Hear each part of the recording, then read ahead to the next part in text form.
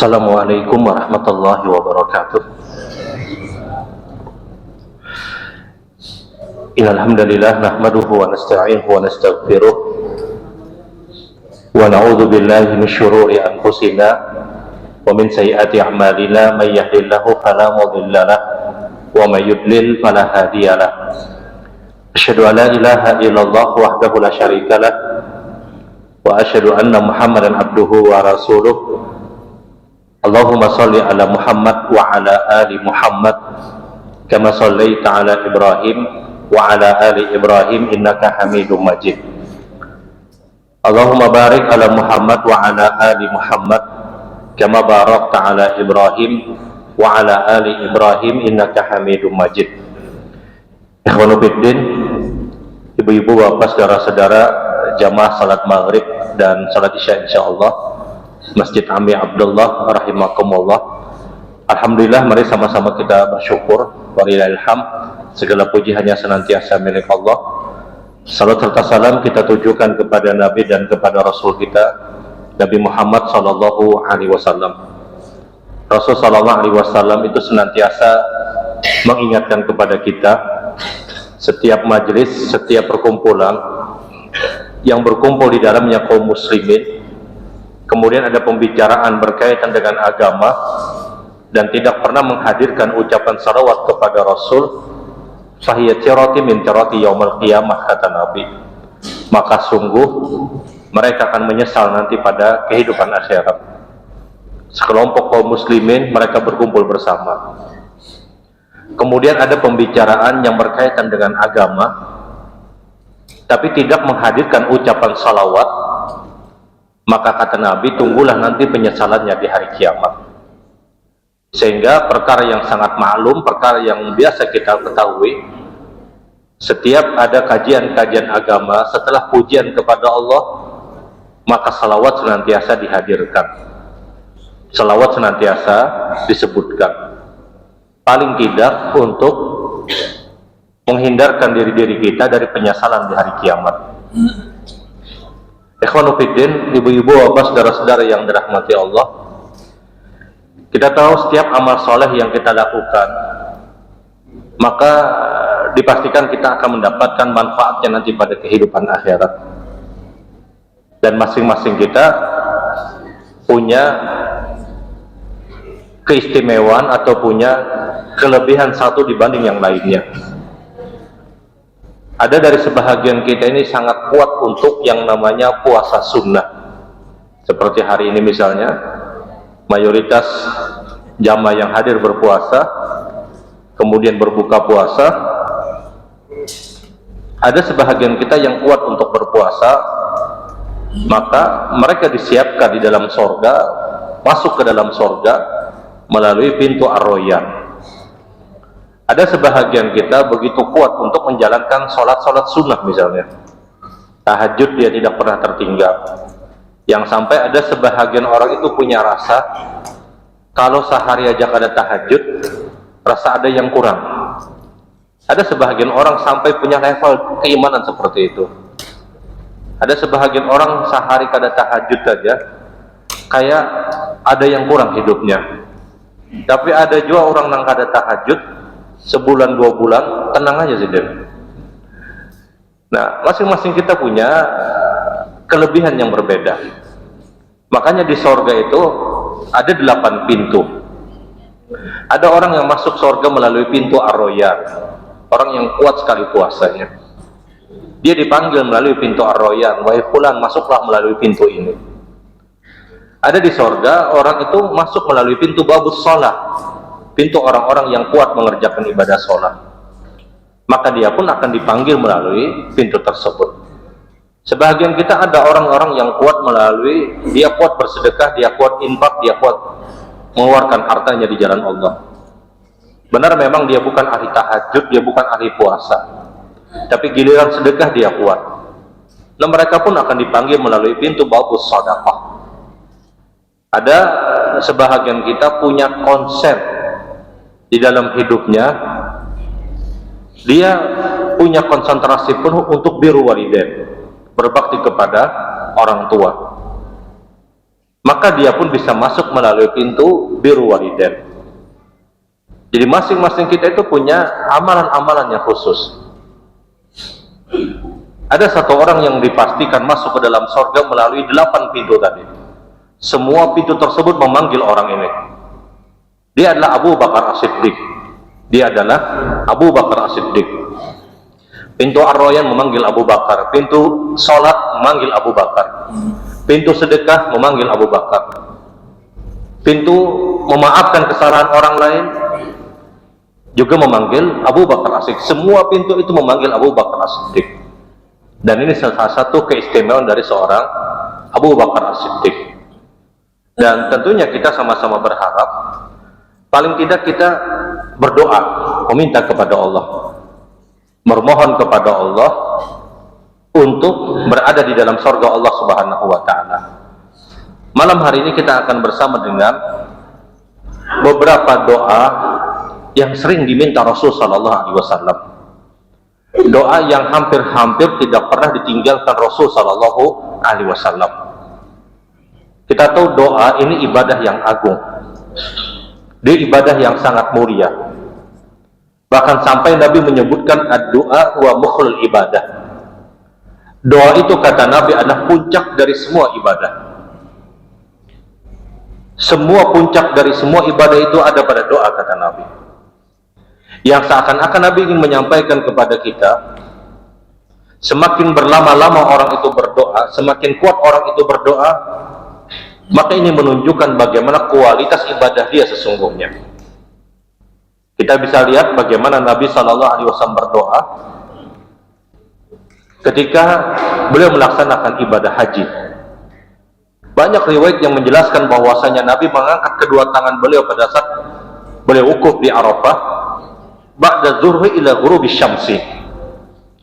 Nabi angkat kedua tangan beliau pada saat beliau wukuf di Arafah berdoa kepada Allah setelah zuhur, dan beliau bisa menurunkan kedua tangan beliau ketika matahari terbenam, ketika hampir maghrib. Bagaimana panjangnya doa, lamanya doa Rasul Sallallahu Alaihi Wasallam. 2 jam itu lebih Nabi berdoa. Kita jangankan 2 jam, 10 menit sudah rasa panat-panat tangan. 15 menit habis sudah nang diminta. 20 menit bingung sudah. Rasul Sallallahu Alaihi Wasallam beliau berdoa dengan durasi yang sangat panjang. Ini gambaran bagaimana kualitas ibadah Rasul Sallallahu Alaihi Wasallam. Doa huwa mukhlul ibadah, kata Nabi. Doa itu adalah puncak dari semua ibadah. Yang sekali lagi seakan-akan Nabi ingin menyampaikan kepada kita, kualitas ibadah orang itu baik adalah bagaimana kualitas doanya dia. Kualitas ibadah orang tersebut baik, bagaimana kualitas doa yang dia minta kepada Allah Subhanahu wa Ta'ala. Dari sekian banyak doa-doa yang pernah diminta Nabi Sallallahu Alaihi Wasallam, di antara doa yang paling sering diminta Rasul Sallallahu Alaihi Wasallam, jelas yang nomor satunya adalah doa sapu jagat.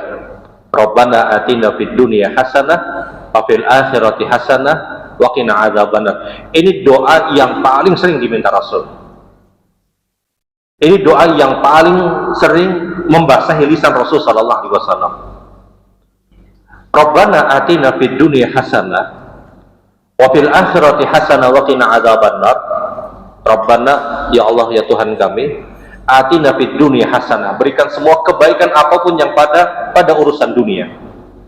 Wa fil akhirati hasanah, dan berikan semua kebaikan pada urusan-urusan akhirat. Wa qina adzabannar, dan jauhkan kami dari neraka Engkau, ya Allah. Doa inilah doa yang paling sering diminta Rasul. Ulama bersepakat tidak ada doa yang paling afdal, kata para ulama, melebihi daripada doa ini. Tidak ada doa yang lebih utama melebihi daripada doa ini. Kenapa? Karena ini doa yang disebutkan di dalam Al-Quranul Karim. Wa minhum may yaqulu rabbana atina fid dunya hasanah wa fil akhirati hasanah wa qina adzabannar. Doa ini disebutkan di dalam Al-Quran. Doa ini kemudian sering sekali dipraktekkan Rasul Sallallahu Alaihi Wasallam. Dua sebab ini, kata para ulama, cukup untuk kita katakan doa Rabbana atina fid dunya hasanah ini doa terbaik.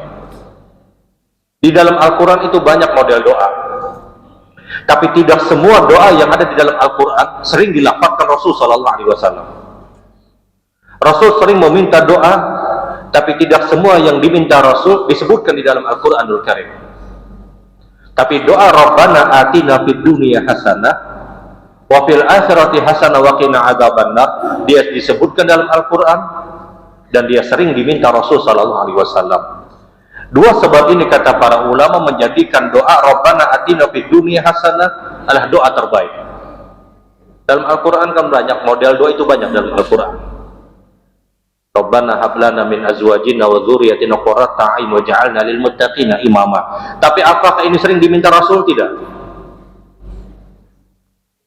Walaupun dia termaktub disebutkan di dalam Al-Qur'anul Karim.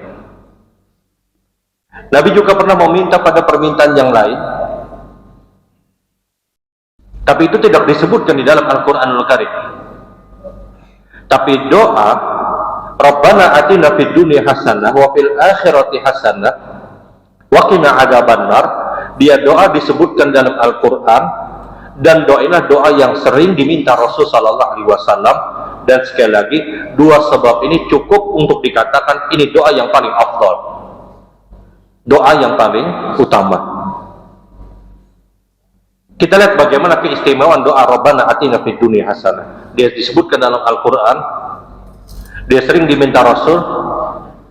Doa ini adalah doa penutup orang-orang yang melaksanakan ibadah tawaf. Kita tahu orang tawaf itu mengelilingi Baitillah Ka'bah. Dia mulai dari rukun Hajar Aswad, dia ucapkan Bismillah Allahu Akbar. Kemudian dia berputar mengitari Baitillah Ka'bah. Kita bebas meminta apapun pada saat kita tawaf, berdoa, minta apapun silahkan. Orang-orang yang berdoa pada saat tawaf hampir pasti doanya diijabahi, selama dia menghilangkan dua hal yang menjadikan doa dia tidak akan pernah dikabulkan. Dia bukan orang yang memutus silaturahim, harta yang dia dapatkan dihasilkan dari jalan yang halal. Dua hal ini dia dapatkan, maka dia akan dapatkan doa. Orang-orang yang tawaf di Baitillah Ka'bah hampir pasti doa mereka diijabahi. Kenapa? Pertama, mereka musafir. Seorang musafir itu doanya kata Nabi mustajab la syakka fihin, diijabahi dan tidak ada keraguan di dalamnya. Yang kedua, dia berada di tempat terbaik di muka bumi. Dia berada di kota Mekah yang Allah menyebutkan huda linnas, dalam ayat yang lain huda lil alamin. Kota Mekah itu kata Allah adalah hidayah untuk manusia atau hidayah untuk semua siapapun. Berapa banyak orang yang setelah umrah, setelah haji, dia berubah menjadi orang yang baik, karena Mekah itu men-setting orang tersebut bisa menjadi akan lebih baik. Hudal linnas kata Allah. Dalam ayat yang lain hudal lil alamin. Yang namanya Bakkah, yang namanya Mekah itu kata Allah bisa merubah orang menjadi lebih baik, bisa merubah orang jauh lebih baik. Dia berada di kota terbaik, di kota Mekah, kota yang pernah Ibrahim alaihissalam berdoa kepada Allah, ya Allah muliakan Mekah. Maka Rasul pun juga berdoa, ya Allah muliakanlah Madinah. Dia berada di kota terbaik, di kota Mekah. Dia berada di masjid terbaik di muka bumi, Masjidil Haram. Kemudian dia berada di samping dia Baitillah Ka'bah, yang semua kaum muslimin ketika sholat menghadap yang namanya Ka'bah. Empat hal ini menjadikan doa orang yang tawaf ketika itu pasti diijabahi. Dia musafir, dia berada di kota terbaik, di kota Mekah, dia berada di Masjidil Haram, di samping dia Baitillah Ka'bah. Bagaimana kita dikatakan model doa orang yang seperti ini tidak diijabahi? Doa orang ini pasti diijabahi. Maka orang tersebut kemudian diberikan kelapangan dan keluasan untuk berdoa apapun yang dia minta kepada Allah. Ketika dia mulai dengan ucapan Bismillah Allahu Akbar, kemudian dia mengitari Baitillah Ka'bah, dia doa, dia minta kepada Allah, dan dia bebas minta apapun silahkan. Tapi masuk rukun Yamani sampai Hajar Aswad, doa dikhususkan oleh Allah dengan pelajaran yang disampaikan Nabi. Ucapkan kata Rasul, Rabbana atina fid dunya hasanah wa fil akhirati hasanah wa qina adzabannar. Ada apa dengan Rabbana atina fid dunya hasanah ini? Sampai setiap orang yang tawaf, satu-satunya doa yang dikhususkan hanya doa itu. Selebihnya kita bebas minta apa aja. Ada orang-orang yang tawaf, ada orang-orang umroh, orang-orang haji misalnya, ketika tawaf dia minta, mudahan ya Allah pulihkan dari umroh ini, tanah ulun di Gatot payu ya Allah misalnya. Ada orang yang doa seperti itu. Ada orang doa ketika misalnya tawaf, mudahan ya Allah bini ulun kada penyarikan lagi ya Allah. Ada ibu-ibu juga doa misalnya, ya Allah mudah-mudahan laki ulun kada bakhil lagi ya Allah. Macam-macam orang doa, macam-macam orang minta. Setiap permintaan apapun itu silahkan kata Allah. Tapi masuk rukun Yamani sampai Hajar Aswad, doanya dikhususkan dan tidak boleh doa yang lain. Doanya dikhususkan. Doanya harus Rabbana atina fid dunya hasanah wa fil akhirati hasanah wa qina adzabannar. Ada apa dengan Rabbana atina ini? Kenapa dia dikhususkan? Pada saat orang itu tawaf, dia musafir, dia berada di Masjidil Haram, di samping dia Baitillah Ka'bah. Kenapa ini doa dikhususkan? Karena ini doa, kata para ulama, mencakup semua doa apapun yang pernah diajarkan Rasul sallallahu alaihi wasallam. Karena doa ini meliputi semua apapun yang ada di dalam Al-Quran, dari semua hajat dan dari semua permintaan apapun. Rabbana atina fid dunya hasanah, ya Allah hamba memohon semua kebaikan apapun pada kehidupan dunia ini. Kemudian dia memohon kepada Allah agar diberikan kebaikan pada urusan akhirat. Kita tahu urusan dunia ini macam-macam. Boleh jadi dengan Rabbana atina fid dunya hasanah, urusan dia di kantor, urusan dia di pekerjaan dia dimudahkan oleh Allah. Boleh jadi dengan Rabbana atina fid dunya hasanah, mohon maaf, yang anaknya mungkin sulit untuk diatur, Allah mudahkan urusannya untuk diatur anak tersebut. Boleh jadi dengan Rabbana atina fid dunya hasanah, yang mungkin sebelumnya selalu terjadi percekcokan, selalu terjadi perselisihan antara suami dan istrinya. Boleh jadi dengan Rabbana atina fid dunya hasanah, Allah selesaikan urusan mereka.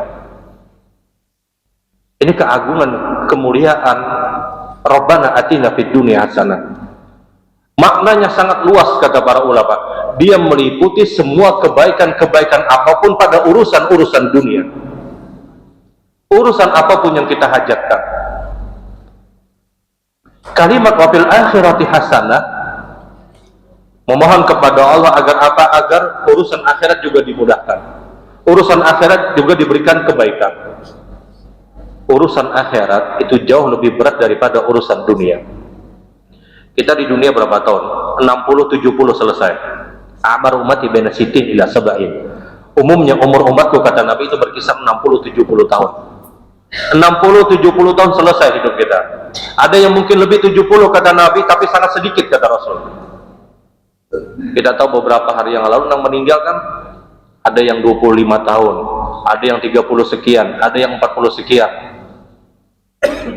Dunia ini sederhana, mohon maaf, dunia ini remehnya luar biasa. Ada akhirat setelah dunia. Kita kalau sudah diwafatkan oleh Allah Subhanahu wa taala, selesai hidup kita, yang menemani kita nanti pada kehidupan di alam barzakh, kebaikan-kebaikan yang kita hadirkan sekarang. Saudara kita, keluarga kita, tetangga kita, atau orang-orang yang menurut kita mereka orang-orang yang hebat, yang telah diwafatkan oleh Allah, sekarang mereka berada di alam barzakh, yang menemani mereka lah hanya amal soleh mereka. Dunia ini sederhana, baik. Dunia ini sangat sederhana. Kunci kehidupan dunia ini kata para ulama, jangan pernah melakukan kezaliman kepada siapapun. Jangan pernah melakukan perbuatan dosa kepada manusia manapun. Urusan dosa kita dengan Allah kita mudah selesaikan. Kita berwudu, berguguran dosa kita. Pian hadir sekarang pada majelis ilmu, dosa kesalahan kita itu diampuni oleh Allah. Ada orang yang melakukan perbuatan dosa, dosanya beratnya luar biasa. Sampai kata Nabi, dosanya memenuhi bumi, ananas sama, kemudian tingginya setinggi langit kata Rasul, kemudian istighfartani, dia minta ampun kepada Allah, istighfartu, aku ampuni kata Allah. Selesai dosa kita kepada Allah. kunci hidup di dunia ini, tidak ada kezaliman antar manusia, itu aja. Karena dunia ini remeh, dunia ini sebentar. 60-70 selesai, kata Rasul Shallallahu Alaihi Wasallam, dan sangat sedikit yang melampaui 70 tahun. Amal soleh kita ini yang menemani kita nanti. Nanti setelah kita pada urusan dunia selesai, kita akan berada pada urusan akhirat yang jauh lebih panjang. Urusan akhirat itu dimulai dari dicabutnya ruh kita. Masa keadaan yang paling menggentingkan, masa yang paling berat yang akan dirasakan oleh manusia manapun kapan, ketika ruh itu mulai berjalan dari ujung kaki sampai tenggorokan. Syaitan akan habis-habisan menggoda orang ini. Syaitan akan habis-habisan menjerumuskan orang ini.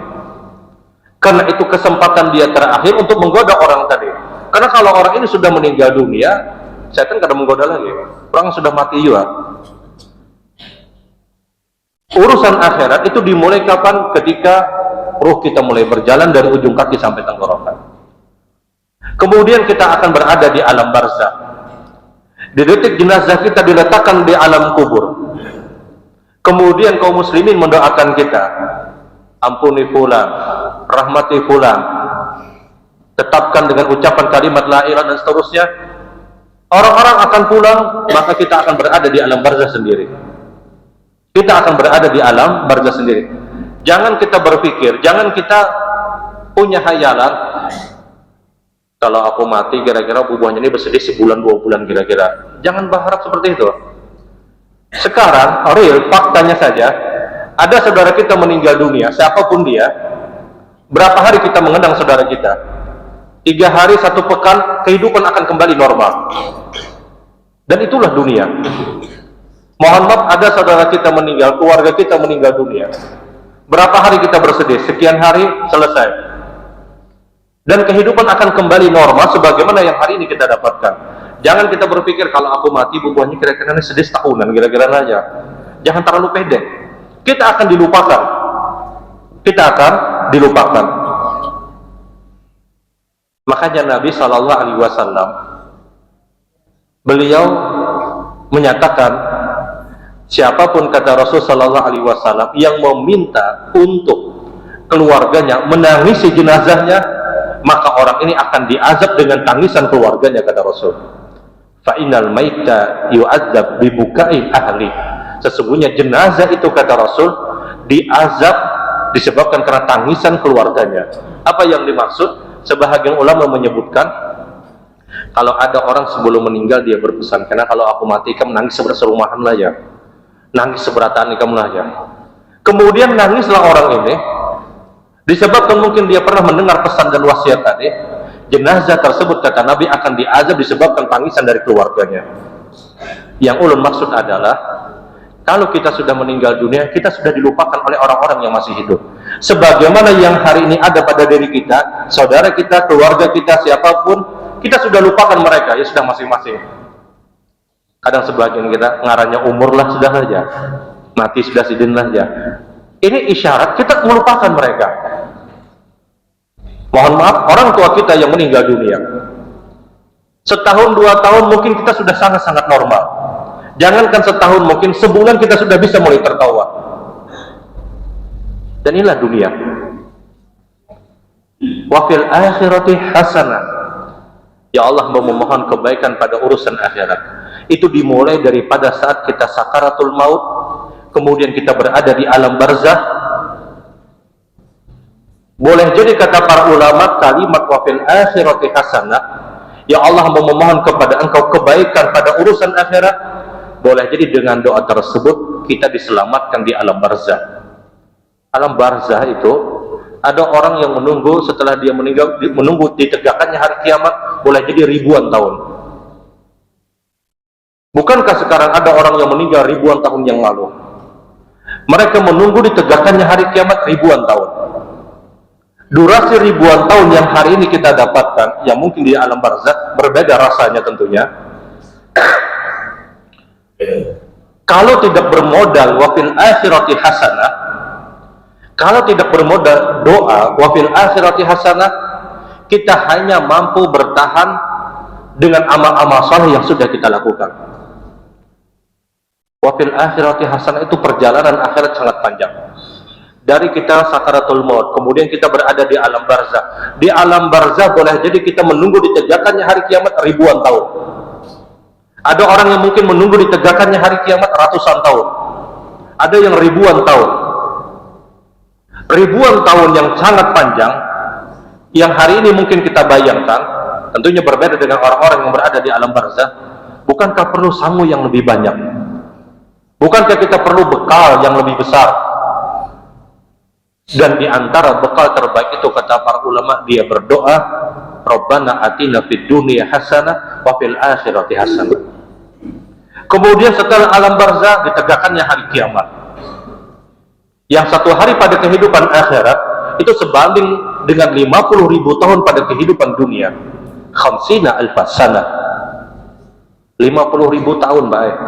Lawas benar 50.000 tahun tadi. Jangankan kita merasakannya, membayangkannya sudah lawas benar. Jangankan 50.000 tahun, 100 tahun itu panjangnya luar biasa. Sehari pada kehidupan akhirat itu seperti 50.000 tahun. Kalau kita tidak punya modal wafil akhirati hasanah, ya Allah berikan kami kebaikan pada urusan akhirat, maka berat. Karena perjalanan akhirat itu begitu panjang. Belum lagi kemudian proses hisab, kemudian proses mizan, timbangan, kemudian kita harus berjalan di atas yang namanya sirat, jembatan yang menghubungkan masyar dengan sorga, yang di bawahnya adalah neraka Allah Subhanahu wa Ta'ala. Yang jembatan tersebut, kata Rasulullah, lebih tipis daripada rambut-rambut kalian, lebih tajam daripada pedang-pedang kalian, mudillatun, sangat menggelincirkan, kata Rasul. Kita perlu wafil akhirati hasanah. Ya Allah berikan kami kebaikan pada urusan akhirat. Kalau kita tidak sering berdoa, Rabbana atina fid dunya hasanah wa fil akhirati hasanah, berat, kata para ulama. Seorang Rasul sallallahu alaihi wasallam, ini Rasul, orang yang pasti masuk surga. Rasul sallallahu alaihi wasallam ini orang yang paling mulia. Bahkan pintu surga diharamkan untuk dimasukkan oleh manusia manapun kecuali Rasul lebih dulu memasukinya. Kata Rasul, taraktul bab min abwabil jannah, saya akan mengetuk seluruh pintu-pintu surga. Kemudian dibukakanlah kepadaku, kata Rasul. Kemudian malaikat yang berada di surga berkata, wahai Muhammad, sebab engkaulah diharamkan manusia manapun masuk ke dalam surga ini kecuali engkau lebih dulu masuk ke dalamnya. Ini dalil, kata para ulama, orang yang pertama nanti masuk ke dalam surga adalah Rasul sallallahu alaihi wasallam. Rasul sallallahu alaihi wasallam itu masih sering berdoa, Rabbana atina fid dunya hasanah wa fil akhirati hasanah wa qina adzabannar. Ini doa yang paling sering, kata para ulama, yang diminta Rasul sallallahu alaihi wasallam. Ini doalah paling sering diharapkan Rasul sallallahu alaihi wasallam. Makanya sekali lagi, Rabbana atina fid dunya hasanah wa fil akhirati hasanah wa qina adzabannar. Kenapa ditempatkan di akhir sebelum kita finish ketika kita tawaf antara rukun Yamani sampai Hajar Aswad? Karena kata para ulama, kemuliaan doa tersebut. Sebab yang kedua adalah, boleh jadi ketika kita tawaf kemudian kita berdoa dengan doa apapun, permintaan apapun, doa kita mungkin belum sempurna. Maka disempurnakanlah dengan kalimat Rabbana atina fid dunya hasanah wa fil akhirati hasanah wa qina adzabannar. Seorang Umar ibn Khattab, sahabat Nabi sallallahu alaihi wasallam, beliau punya kebiasaan. Setiap beliau tawaf, Umar ibn Khattab, Umar itu kalau tawaf tidak pernah doa yang dia minta kecuali hanya Rabbana atina fid dunya hasanah wa fil akhirati hasanah wa qina adzabannar, dari awal tawaf sampai akhir. 7 putaran yang dilakukan oleh Umar ibn Khattab ketika tawaf, doanya hanya satu, Rabbana atina fid dunya hasanah wa fil akhirati hasanah wa qina adzabannar. Kenapa? Ini doa mencakup semua permintaan apapun. Kita minta apa aja masuk dalam doa ini. Kita berharap apa saja masuk dalam doa ini. Kita berharap agar anak-anak kita, saudara kita, keluarga kita, atau kita dalam keadaan sehat, masuk pada Rabbana atina fid dunya hasanah. Kita berharap agar rezeki kita mudah, masuk pada Rabbana atina fid dunya hasanah. Kita berharap agar hati kita dilapangkan, tidak ada kegelisahan, tidak ada kekhawatiran, tidak ada kesedihan, masuk pada Rabbana atina fid dunya hasanah. Sehingga Umar ibnu Khattab ketika mengambil kesempatan untuk tawaf di Baitillah Ka'bah, doanya hanya satu, Rabbana atina fid dunya hasanah wa fil akhirati hasanah wa qina adzabannar. Jangan pernah melepaskan doa ini dalam kesempatan doa apapun. Dalam doa apapun, ambil kesempatan untuk berdoa. Sujud misalnya, kita tahu salah satu keadaan yang terbaik untuk berdoa adalah pada saat kita sujud di dalam sholat. Kalau kita bingung apa yang kita minta, paling tidak Rabbana atina fid dunya hasanah.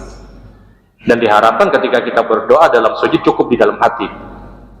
Kalau kita kadang ada di satu fase, di satu keadaan, kita ini bingung hendak minta apa. Saking nyamannya sudah hidup sendiri. Bingung hendak minta apa lagi. Paling tidak Rabbana atina fid dunya hasanah. Paling tidak. Karena kapanpun kita meninggalkan kesempatan untuk berdoa, maka murka Allah akan didatangkan kepada orang tersebut. Sebagaimana sabda Nabi Shallallahu Alaihi Wasallam, siapapun yang sudah merasa cukup, kemudian dia meninggalkan doa dan dia enggan untuk mulai berdoa, maka kata Nabi, Allah akan murka kepada hamba tersebut. Allah murka kepada hamba yang sudah mulai enggan untuk berdoa. Kesempatan apapun doa Rabbana atina fid dunya hasanah. Paling tidak ini yang kita minta. Makanya kalau kita lihat kebiasaan kita pun, orang berselamatan, orang beracara apa aja, ujung-ujungnya Rabbana atina fid dunya hasanah. Sampai sudah berciri mana? Kalau sudah Rabbana atina fid dunya hasanah, kaut hintalu jadi, kaut haruan jadi, parak sudah jadi. Semua orang tahu kalau sudah Rabbana atina fid dunya hasanah, ya sudah selesai deh. Ibu-ibu yang di dapur misalnya mendengar Rabbana atina fid dunya hasanah, lah kasih siapakan jadi. Karena Rabbana atina fid dunya hasanah ini ciri khas.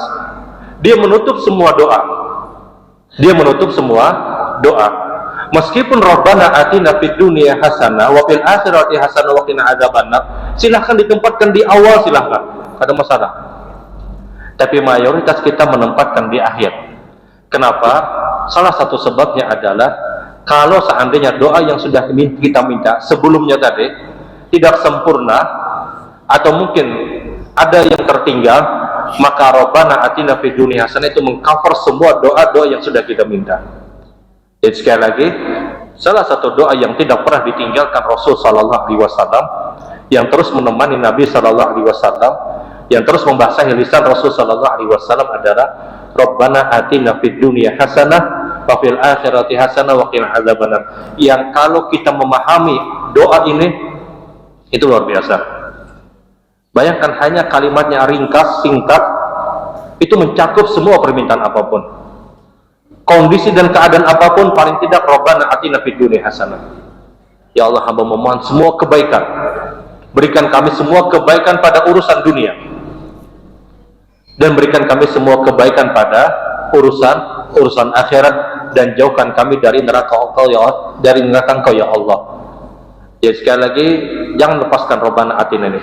Ini bukan doa biasa, ini bukan doa basa-basi, ini bukan doa standar, ini doa yang disebutkan dalam Al-Quran, doa yang tidak pernah ditinggalkan Rasul, doa yang mencakup semua permintaan apapun ketika seorang muslim berdoa. Dan kalau ada orang bingung apa yang dia minta, paling tidak Rabbana atina fid dunya hasanah wa fil akhirati hasanah wa qina adzabannar. Baik Bapak Ibu rahimakumullah, sudah isya. Subhanakallahumma bihamdika asyhadu an la ilaha illa anta astaghfiruka wa atubu ilaik. Assalamualaikum warahmatullahi wabarakatuh.